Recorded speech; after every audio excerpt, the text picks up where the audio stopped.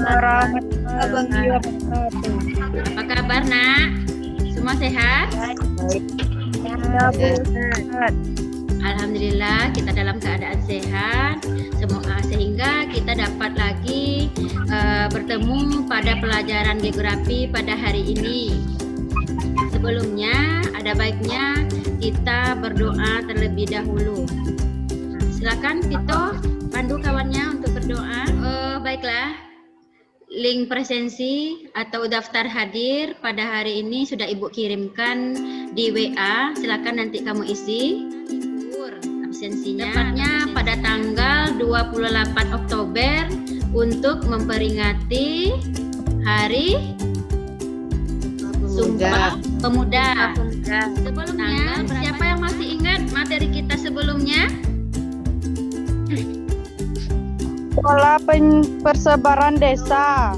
Ya, hari ini kita akan masuk ke materi mengenai struktur keuangan kota. Masih pada KD yang sama dengan materi sebelumnya, yaitu KD 3.2, menganalisis struktur keuangan desa dan kota, interaksi desa dan kota, serta kaitannya dengan usaha pemerataan pembangunan. Yang mana indikator pencapaian. Tujuan pembelajaran kita pada hari ini melalui proses pembelajaran dengan pendekatan saintifik, model discovery learning, dengan metode penemuan terbimbing dan penugasan, peserta didik dapat menganalisis struktur keuangan kota dengan memiliki sikap mandiri, tanggung jawab, dan selalu bersyukur kepada Tuhan Yang Maha Esa.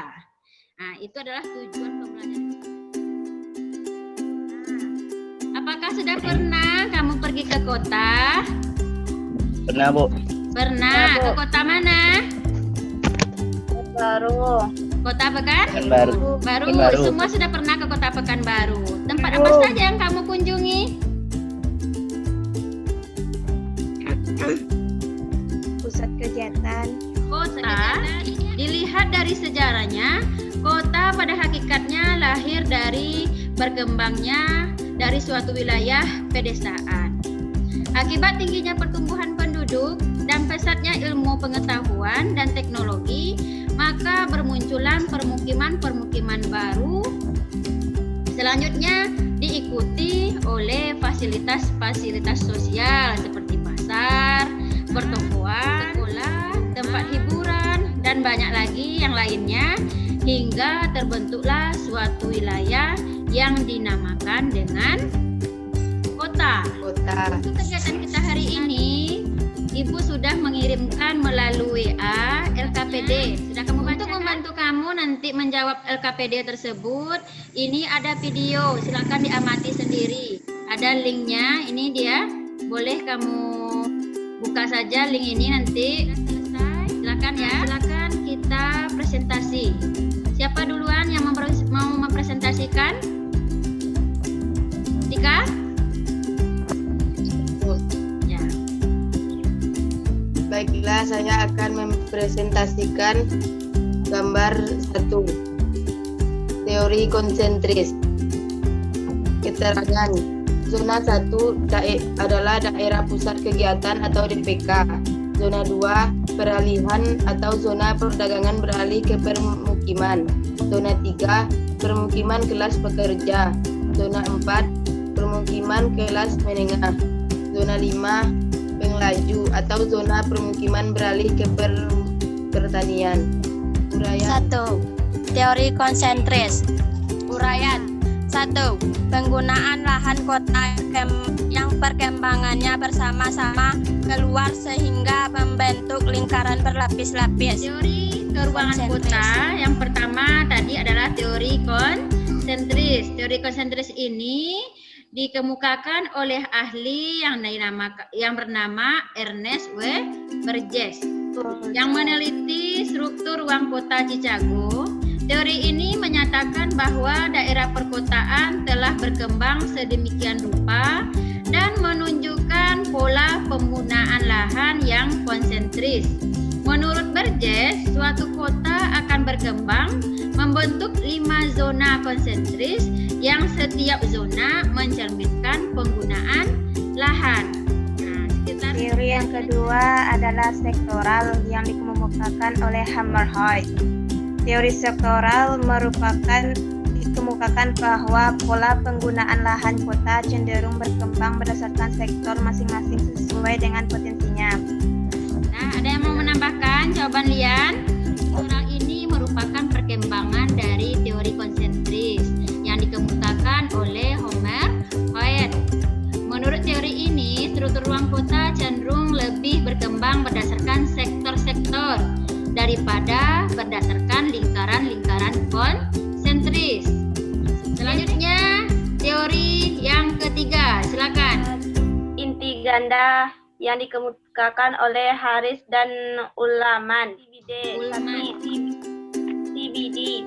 2. Daerah grosir manufaktur, kawasan niaga dan industri ringan. 3. Permukiman kelas rendah, kawasan Nurbawisma.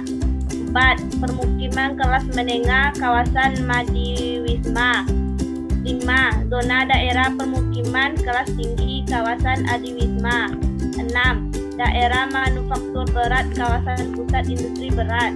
7. Daerah laut CBD di pusat niaga dan di pinggiran kota. 8. Permukiman urban Madiawisma dan Adiwisma.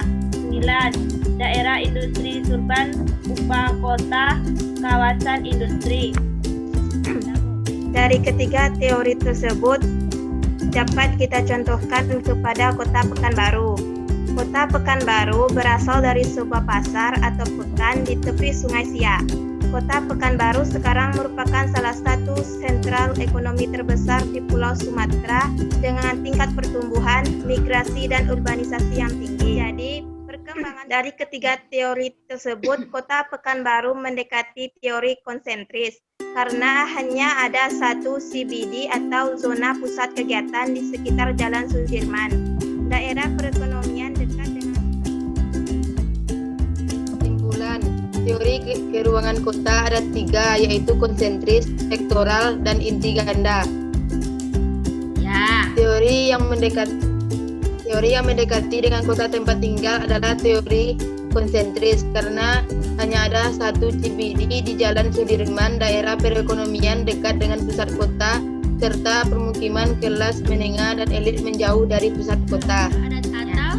ada 3 teori perkembangan kota. Yang pertama ada teori konsentris oleh Ernest W. Burgess.